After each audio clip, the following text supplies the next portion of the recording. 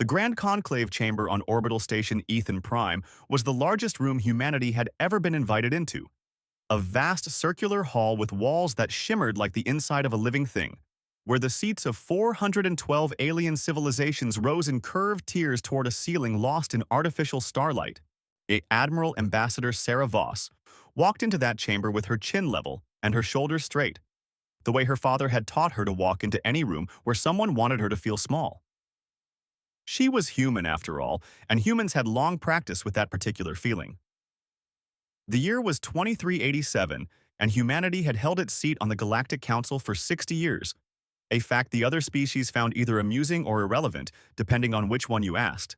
The 60 years was nothing to civilizations that had been sailing the stars for 4,000. The Vrethkai, a towering insectoid species whose compound eyes never seemed to blink, had been members of the Council before humanity had invented writing. The Selen Collective, beings of crystalline light who communicated through vibration and color, had mapped the galaxy before humans had learned to farm. And the Duran hegemony, massive, are slow-moving reptilians with lifespans measured in centuries, regarded every younger species the way an ancient mountain regards new weather. Sarah took her seat at the curved end of the lowest tier, the human seat, the seat that had been diplomatically positioned as far from the center podium as the geometry of the room allowed. She set her datapad on the table and folded her hands and waited. A High Arbiter Zekthal of the Vrethkai opened the 412th Grand Conclave with the customary Declaration of Unity. A speech that sounded like it meant something but never quite committed to anything specific. His mandibles clicked rhythmically as he spoke through the translation matrix, and his compound eyes swept the room with the air of someone who already knew every outcome of every vote before anyone cast one. The first hour was routine. Resource disputes between the Duran and a smaller species called the Fenari, a trade agreement between two Outer Rim civilizations that nobody at the important seats cared much about. Then the tone of the chamber changed. A Vrethkai technician stepped to the center podium and activated the holographic display, and the room went quiet in a way that had nothing to do with politeness. The display showed the outer rim of the galaxy, a region of sparse stars and ancient dark matter clouds, and moving through it was something that made every heart in that room, regardless of how many chambers it had or what fluid it pumped, beat a little faster. The Void Harvesters. They were a machine civilization, or more precisely, a machine process. Nobody had created them with intention. They had simply emerged somewhere in the dark between galaxies and begun doing what their programming, written by no one, demanded, harvesting all organic matter and converting it into more of themselves. They had destroyed 4 civilizations in the Outer Rim already, 4 civilizations that the Council had meant to send aid to, but had never quite gotten around to. Now they were closer. The debate that followed was long and loud and filled with the particular kind of noise that powerful beings make when they are frightened but refuse to admit it. Every major species pledged their fleets. Every major species outlined their battle doctrines. Every major species spoke with great confidence about how their tactics would surely be the ones that mattered most. Then Sarah Voss stood up. She did not wait to be acknowledged. Humans rarely did, which the other species found either charming or infuriating. And she spoke in a clear, calm voice that the translation matrix carried to every seat in the chamber. "The human fleet is ready to deploy to the Outer Rim," she said, "and we are requesting assignment to the forward combat line." The silence that followed lasted exactly 3 seconds, and then the chamber filled with a sound that the translation matrix rendered, somewhat inadequately, as laughter. It came from the Vrethkai section first, that rapid clicking of mandibles that served as amusement among their kind. Then it spread, softer and more restrained, through the Duran seats, where several elder members leaned toward each other with expressions that were not quite smiles but were definitely not respect. High Arbiter Zekthal rose from his seat with the deliberate slowness of someone who wants the room to watch him do it. "The human delegation's enthusiasm is noted," he said, in the tone of a teacher addressing a child who has said something technically incorrect but emotionally understandable. "However, the Council must consider the practical realities. Humanity has been a spacefaring civilization for less than 4 centuries, and a Council member for less than 1. Your fleet numbers are modest. Your combat record in interstellar engagements is limited, and your species, if we are being candid, is known across the galaxy primarily for its—" He paused, letting the pause do its work. "Emotional volatility." More clicking from the Vrethkai seats. Another senior member of the council, or a Solen delegate whose crystalline body pulsed with colors Sarah had learned to read as condescension, rose to second the sentiment. The human forces, the delegate suggested in shimmering violet and pale amber, would be far better utilized in supply chain management and morale support roles, far from the actual fighting, where the serious civilizations would be working. Sarah Voss sat down slowly. She did not argue. She did not raise her voice. She did not do the thing that every Vrethkai in the room was quietly hoping she would do, which was lose her composure and prove their point about emotional volatility. She simply picked up her datapad, made a note in it, and nodded once. The small, precise nod of someone who has just been handed useful information. Because here was the thing about Sarah Voss, and about humans in general, not that the Council had not yet learned to recognize as dangerous. Humans did not need to be given the important jobs to do important things. They had a long and complicated history of being underestimated, under-resourced, and dismissed, and an equally long history of making that into an advantage. As the session closed and the delegates filed out, Scale Commander Urath of the Duran Hegemony passed near the human section and glanced at the ambassador. She was already deep in conversation with two of her aides, pointing at something on her datapad with the focused energy of someone who was not thinking about the insult they had just received, but about what they were going to do next. Urath watched her for a moment longer than he intended to. Then he walked away and made a private note of his own. Something he could not quite explain yet, but which felt, in his long and carefully considered experience, or like the early signs of a very significant miscalculation. 6 months after the 412th Grand Conclave, the Kepler corridor looked nothing like the peaceful stretch of sparse stars it had been on every navigation chart humanity owned. The outer rim had become a war zone, not the clean, organized kind that appeared in Vrethkai military textbooks, but the ugly, grinding, resource-burning kind that nobody ever put in a textbook because it was too complicated to reduce to diagrams.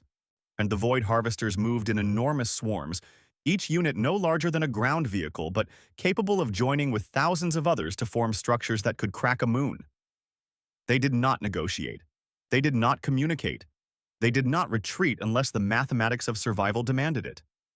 They simply came forward, disassembled whatever organic matter they encountered, and converted it into more of themselves.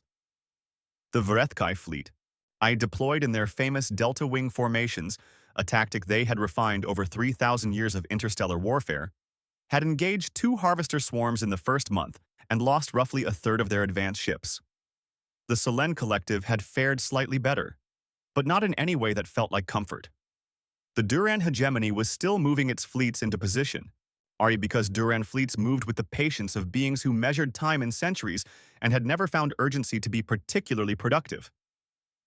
And then there were the humans. Commander Dax Orell was not, by most conventional measures, the kind of person you built a war around. He was 34 years old, which in human terms was young, and in Vrethkai terms was practically an infant.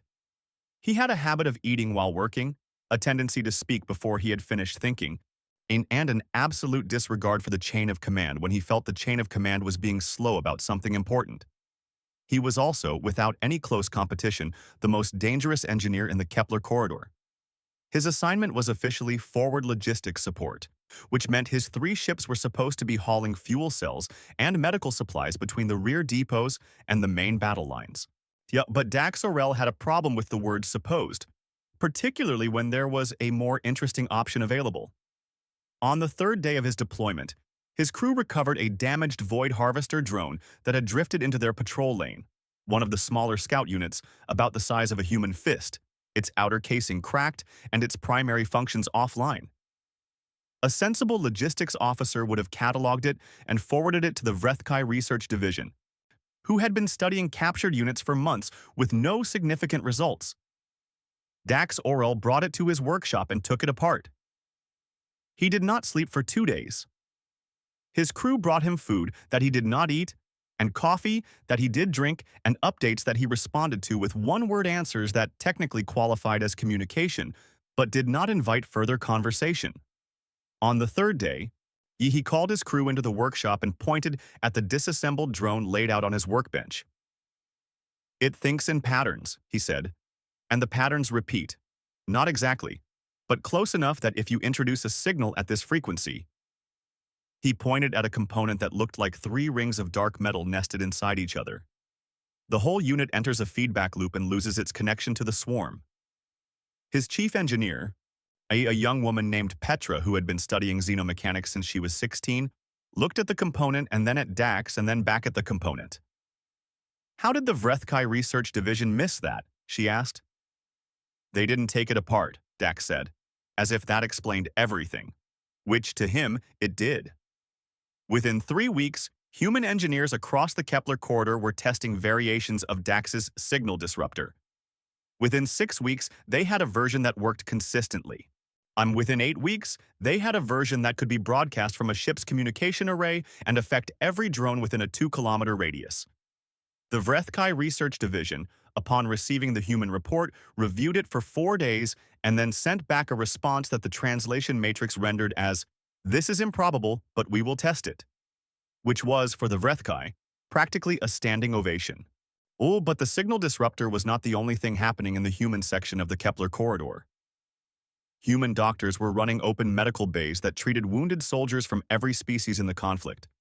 A logistical kindness that nobody had asked for, but that quickly became essential, because the Vrethkai medical system was organized around Vrethkai biology and did not adapt well to the 17 other body types currently getting themselves injured in the fight. Or a human doctor named Calloway had become something of a legend among the Duran wounded after successfully treating a scale commander's crushed ventral casing using tools designed for human surgery and a degree of improvisation that the patient had described, upon recovery, as alarming but effective. And there were the human diplomats, quiet, persistent, slightly annoying people who kept showing up in the corridors between species command sections with food and conversation, and an endless supply of patient goodwill. It was the diplomats who noticed what nobody else had time to notice. The Vrethkai and the Selen Collective had stopped sharing battle intelligence with each other. Or there had been some diplomatic incident 3 weeks earlier, something about a resource claim in the Outer Rim that predated the current crisis. And now, 2 of the most important fleets in the defense effort were operating on separate information. A human diplomat named Torres spent 11 days having quiet conversations with both sides. She did not demand meetings. She did not issue formal requests through the council protocol system. She simply talked to people, listened carefully, and found the specific misunderstanding at the center of the dispute, a translation error in a 40-year-old treaty that both sides had been interpreting differently. On the 12th day, Vrethkai and Solen battle intelligence was flowing freely again. Scale Commander Urath, recovered from an earlier injury and back on active duty, had been watching all of this with growing attention. He had begun sending reports to the Duran High Command. Careful, detailed reports about human behavior under pressure. The reports were not dramatic. They were simply observational. "They do not wait for permission to solve a problem," he wrote in one dispatch. "They assess the problem, determine the fastest available path to a solution, and begin working before the authorization process has been initiated." This creates a kind of momentum that is difficult to model using conventional military planning frameworks. His superiors read the reports and filed them under interesting, low priority. Urath disagreed with that classification, but he was patient. He was Duran, and patience was the thing his species did better than anyone. He continued to watch and to write and to wait for the moment when everyone else would understand what he had already begun to suspect. The humans were not here to support the war. They were here to win it. The attack on Kepler Station began without warning at 0347 station time, which meant that most of the alien crews were in whatever passed for sleep among their respective species, and the duty officers were running on reduced staffing and the particular kind of tired that comes from 3 months of sustained combat operations. The Void Harvesters came from 4 directions simultaneously. This was new. Every engagement up to that point had seen the Harvesters approach in a single mass. The swarm mentality, the documentation called it, the tendency to consolidate force rather than distribute it. The Vrethkai tactical computers had modeled thousands of possible Harvester attack scenarios, and in every single one, the swarm came together before it struck. Nobody had modeled this. The four attack columns were each roughly equivalent in size to anything the harvesters had deployed before, but together, they were something different. They hit the outer defense perimeter from north, south, east, and west simultaneously, and the Vrethkai ships that had been positioned to repel a concentrated assault suddenly found themselves trying to defend four fronts with a force designed for one. The Vrethkai formation held for 11 minutes, which was longer than anyone had a right to expect, and a testament to how good Vrethkai discipline was even in complete surprise. And then it shattered. The Solen Collective's response wing scrambled within seconds of the first impact, but then something worse happened. The harvesters had deployed a new jamming signal that operated on a frequency eerily close to the Solen communication band. It did not eliminate Solen communication entirely, but it fractured it, introducing delays and distortions into a hive mind that depended on perfect synchronization. Solen soldiers began to freeze mid-action, waiting for commands that were arriving corrupted or not at all. Within 8 minutes, 3 Solen wings had effectively stopped functioning as combat units. Kepler Station's commander, a Vrethkai officer named Battlemaster Reth, sent out a fleet-wide emergency signal and began running scenarios on his tactical display. Every scenario ended the same way. At current rates of engagement, the outer defense ring would collapse in 30 minutes, the inner ring in 45, and Kepler Station itself, home to 40,000 personnel from 60 species, would be harvested in approximately 1 hour. He sent the emergency signal again and added the words that no commander in the Galactic Council had ever sent before. All available forces, including human contingent, are authorized for full combat engagement. The human contingent received the signal 11 seconds after it was sent. Admiral Sarah Voss was already awake. She had learned to sleep lightly in the Kepler corridor, because in her experience the interesting things tended to happen at inconvenient hours. And she was at her command station within 30 seconds of the alert. She looked at the tactical display for exactly 45 seconds, her face completely still. Then she opened a channel to her fleet captains. "This is Voss," she said. "I want the fleet split into 14 independent strike groups. Each group takes full autonomous engagement authority, full discretion on tactics, no orders required from Central Command after initial deployment. You all know what we are here to do. Go do it." Her operations officer, a careful man named Hendricks, who had graduated top of his class at the Naval Academy and believed deeply in protocol, turned from his station with an expression that was trying to be professional and not entirely succeeding. 14 independent groups with no central command?" he asked. "Admiral, that is not a formation. That is just—" "It is what we are doing," Sarah said, pleasantly. The human fleet moved. Yet what happened over the next 22 minutes was something that battle analysts would study for decades. Not because it was clean or elegant, because it was neither. It was chaotic. It was improvised. Individual ship captains made decisions that no tactical model would have recommended. And those decisions worked because no tactical model had predicted them, which meant the harvesters' coordination systems had not predicted them either. One human captain drove her ship directly through a harvester swarm at high speed with shields at maximum. Not trying to destroy the swarm, but trying to scatter it, to break the geometric efficiency of the machine's coordinated attack. And it worked because no machine logic had accounted for the possibility that an organic being would willingly charge into 10,000 drones with no plan except to cause confusion. Another captain used his ship's engine wash as a weapon. Flying low and hot along the outer hull of the station and burning a harvester cluster that had begun the process of attaching to the station's power grid. 3 human ships formed an impromptu relay, catching Solen soldiers as their transport was shredded and transferring them to a human vessel at speeds that the docking protocol manual did not technically permit. And Dax Oral, running his signal disruptor at full broadcast power from a ship that had been designed for logistics and was not remotely rated for combat, flew directly into the center of the largest harvester column and began transmitting. The effect was not instant. It never was. But it began within seconds. Drones at the edges of the column began losing synchronization with the swarm. The perfect, terrible geometry of the harvester formation started to develop gaps. Individual units slowed, stopped, reversed, and bumped into each other with the aimless confusion of machines that had lost the signal, telling them what they were supposed to be. The column fragmented. The Vrethkai forces, regrouping at the edges of the battle, saw the fragmentation and understood something was happening even if they did not yet understand what. Battlemaster Reth, trained since childhood to recognize a turning point, he committed his remaining reserve forces to the gap and drove through it. The other three Harvester columns, their coordination suddenly degraded by the signal disruption spreading through their shared frequencies, began to pull back. At 0512 station time, 1 hour and 25 minutes after the first impact, the Void Harvester assault on Kepler Station was over. The battle replay was transmitted to the full Galactic Council within the hour, and for a long time after the transmission ended, the council chambers were very quiet.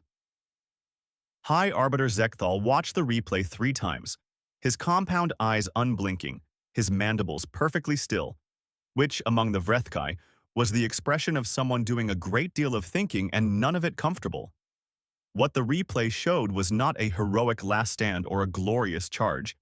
It was messier than that, more improvised, more human. It showed beings making decisions that should not have worked, working together in ways that no alliance protocol had established, risking their own lives for species they barely knew in a battle they had not been invited to fight. And winning. Sarah Voss did not watch the replay. She was in the medical bay, moving from bed to bed among her wounded, in saying their names and holding their hands and being present in the way that humans are present with each other when the cost of something has been very real. The medical bays of Kepler Station after the battle were quiet in the way that only places of recovery can be. A deep, careful quiet that held both relief and grief at the same time, that asked nothing of the people within it, except that they rest and heal and begin the slow work of continuing. 2000. 312 human soldiers had died in the defense of Kepler Station. They had died in the cold of space on the hull of a station that was not theirs, fighting for a cause that the galaxy had not seen fit to include them in until there was no other choice. Their names were on a list that Sarah Voss had read through twice in the hour after the battle ended, and she would read it through many more times in the weeks ahead. Not as a formality, but because she believed, in the particular stubborn way that humans believe things, that the dead deserved to be known. The human custom of remembrance was not something the other species had seen up close before. There was a ceremony on the 3rd day after the battle. Nothing official, nothing that appeared on the council's event schedule. It was simply human soldiers gathering in Kepler Station's largest open bay, or standing together in the particular formation of people who have lost someone and need to be near other people who understand what that feels like. They spoke names aloud, all 2,312 of them. And between the names there was silence, and the silence was not empty but full of everything that could not be said. Representatives from other species wandered in, uncertain of the protocol, standing at the edges of the gathering and watching. A group of young Vrethkai soldiers stood near the entrance, their mandibles still, their compound eyes moving slowly across the assembled humans, with an expression that their own cultural vocabulary did not have a precise word for, but which was something in the direction of reverence. They had never seen grief performed this way, not as weakness, not as spectacle, but as a deliberate act of witness, a refusal to let loss become abstraction. For one of them quietly asked a human soldier standing near the door what the ceremony was called. "We just call it saying their names," the soldier said. The Vrethkai soldier thought about this for a long time and then nodded. Once in a way that meant something. Scale Commander Urath had been in the human medical bay since 2 days after the battle, not as a patient this time, but as a visitor.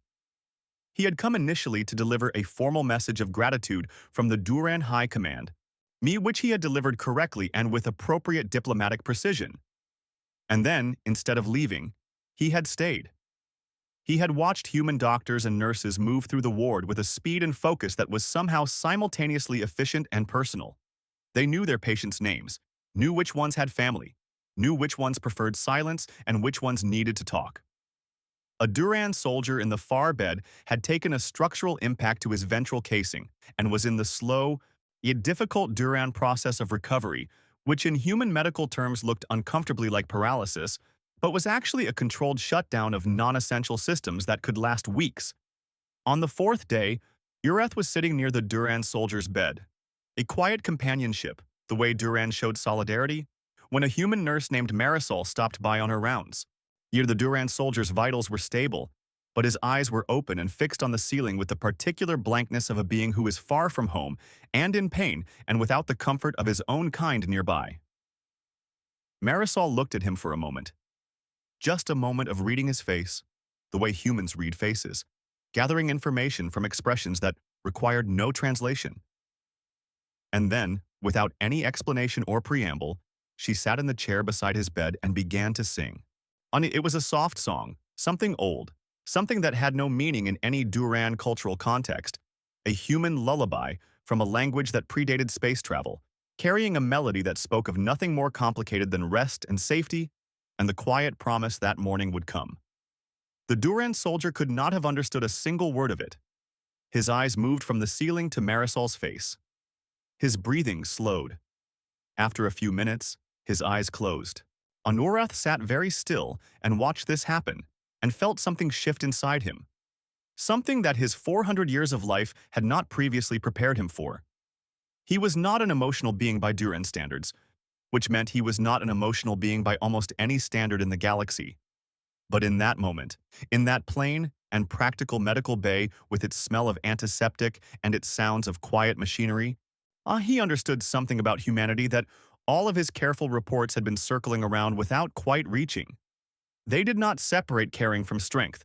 They did not treat kindness as a thing you could afford only when the danger was over. They carried both at the same time, as naturally as breathing. The willingness to fight with everything they had, and the willingness to sit beside a stranger and sing until the stranger was no longer afraid. Or he left the medical bay and went directly to his communication station and wrote the longest dispatch of his career. "We have been measuring humanity by the wrong instruments," he wrote. "We looked at the length of their history and found it short. We looked at the size of their fleet and found it modest. When we looked at the record of their civilization and found it marked by conflict and error and the kind of failures that older species have learned to present as ancient history rather than recent character. We decided from all of this that they were small. We were wrong. Not about the facts, but about what the facts meant. A species that has survived its own worst instincts, that has pulled itself forward through centuries of its own violence and come out the other side still capable of sitting beside a stranger and singing. That is not a small species. That is a species that has earned something that cannot be measured by fleet numbers or years of membership. We have been fools, and I say this as a Duran, which means I say it with the full understanding of how rarely we admit error and how seriously I mean it." The dispatch was marked urgent and sent to the Duran High Command within the hour. Meanwhile, Sarah Voss had received a formal summons from the Galactic Council. A closed session, no press, no public record. The kind of meeting that happens when powerful people want to discuss something without consequence. She prepared for it the way she prepared for everything. She read everything she could find, she talked to her team, she slept 8 hours, and she walked in with her chin level and her shoulders straight and no particular interest in being impressive. The Council expected demands. They expected leverage, requests for expanded fleet authority, petitions for resources, the normal vocabulary of political power. Yet they had just watched humanity save 40,000 lives in a battle that the rest of them had been losing, and they understood that this created a dynamic that humanity was now positioned to exploit. Sarah Voss set a single document on the table in front of them. It was a reconstruction plan, detailed, costed, fully operational, for every species that had taken significant losses in the defense of Kepler Station. It covered shipyard access, medical supply chains, crew support programs, and long-term recovery frameworks. It had clearly taken weeks of work to prepare, which meant it had been prepared before the battle, which meant someone had been planning for the aftermath of a victory that humanity had not officially been allowed to fight for. "This is what we are offering," Sarah said, "and what we are asking for is one thing." She looked around the chamber at the most powerful beings in the known galaxy. "Treat us as equals." A year after the Battle of Kepler Station, the Galactic Council convened for the 413th Grand Conclave, and the chamber on orbital station Ethan Prime looked different from how it had looked 12 months before, though nothing about its physical structure had changed. The walls were the same shifting glass, the seats were the same curved tiers rising toward the same distant ceiling, and the translation matrix hummed at the same frequency it always had. What was different was harder to see and more important. The Duran delegates arrived early, which was unprecedented as Duran never arrived early to anything, and took their seats without the usual extended ceremony of status signaling that preceded Duran participation in any formal gathering.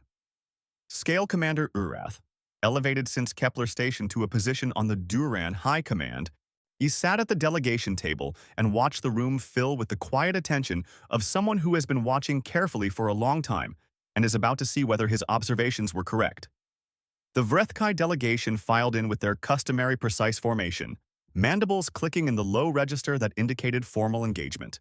High Arbiter Zekthal took his seat at the center of the Vrethkai section and placed his hands flat on the table in front of him. A gesture that in Vrethkai body language indicated a being was about to do something that required intention, something they had thought about carefully and arrived at through effort rather than instinct. The Solen collective pulsed with colors that the translation matrix did its best to convert into meaning. Something between anticipation and resolve, the chromatic equivalent of a deep breath before important words. And then the human delegation entered, and something happened in the chamber that had never happened at a grand conclave in 412 previous sessions. The room applauded, not all at once, and not with the synchronized precision of a planned tribute.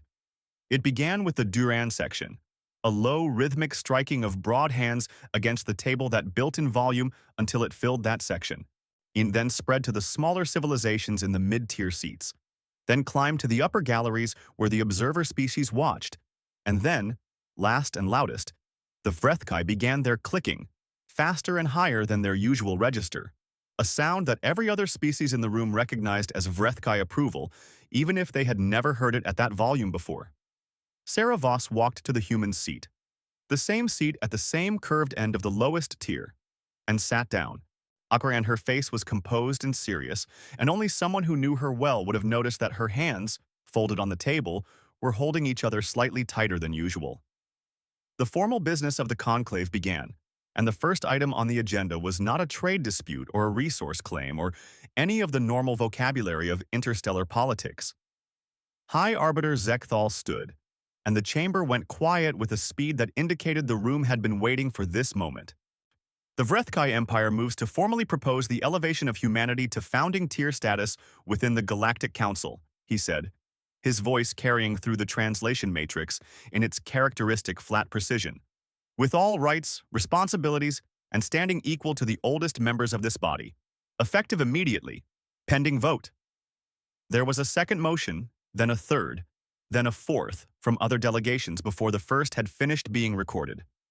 The Duran, the Fenari, two outer rim civilizations that humanity had never had significant diplomatic contact with, all seconding, all adding their voices to the record. The vote was unanimous. It was the first unanimous vote in 413 grand conclaves. The council records would note this fact, and historians would spend considerable time trying to explain what it meant about the moment and the civilization it recognized. And most of them would eventually conclude that the simplest explanation was the correct one. For the first time in a very long time, every member of the Galactic Council agreed on something because every member of the Galactic Council genuinely meant it.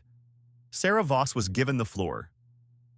She stood and looked at the chamber, at the 412 civilizations represented in those rising tiers, at the walls that were currently the warm amber of something close to welcome, at the Vrethkai Arbiter who had laughed at her 12 months ago and was now watching her with eyes that held something genuine. And she took a slow breath and spoke. Humanity is grateful, she said, and humanity is honored, and humanity is going to be honest with you, which is something you should get used to because it is one of the things we do that is occasionally inconvenient. A murmur moved through the chamber. Not laughter exactly, but close to it, and warmer. We are not a perfect species, she continued. We are not an old species, and we are not a species without a history of serious mistakes. Our own history includes centuries of war with ourselves, and exploitation, and the kind of failures that we do not get to put far enough in the past to stop being responsible for them. We carry that. We think it is important to carry it, Some because a species that has forgotten what it costs to become something better is a species that has not actually become something better. She looked at Zekthal directly. We did not save Kepler Station because we are more powerful than any of you. We saved it because we were given nothing to lose and a problem to solve. And that is a combination that humanity has had a great deal of practice with. What we are offering this council is not protection. We are not your protectors.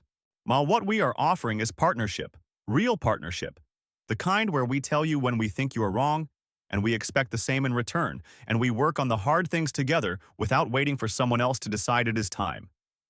The chamber was very still. The Void Harvesters are still out there, she said, and they will come again. Not in months, probably, but in years. And they will be different from the last time because that is what they do, they adapt. And when they come again, we will need to be ready together in ways that we are not yet ready. And that is what I am asking this council to spend the next year working on. She sat down. The applause that followed was not ceremonial. It was the irregular, genuine sound of beings who had heard something true and needed to say so. Out in orbit above the station, Dax Oral was on the hull of his ship running a maintenance check that he had been meaning to get to for 3 weeks. He had watched the conclave feed on a small screen mounted inside his helmet, and when the unanimous vote was announced, he had stopped working for about 30 seconds and looked at the stars. The stars did not look different. They never did. But Dax had a habit, inherited from his grandmother who had grown up somewhere on Earth where the sky was dark enough to see them clearly, of treating stars as something to be reckoned with, as a reminder that the universe was enormous and did not particularly care about the things happening inside it, and that this made the things happening inside it more important, not less. He picked up his tool and went back to work. The harvesters were still out there. The signal disruptor needed 3 upgrades before the next engagement season. He had 17 ideas for how the fleet coordination system could be improved and had only written up 4 of them. The universe was enormous and it did not particularly care. Dax Orel cared quite a lot, and he had work to do,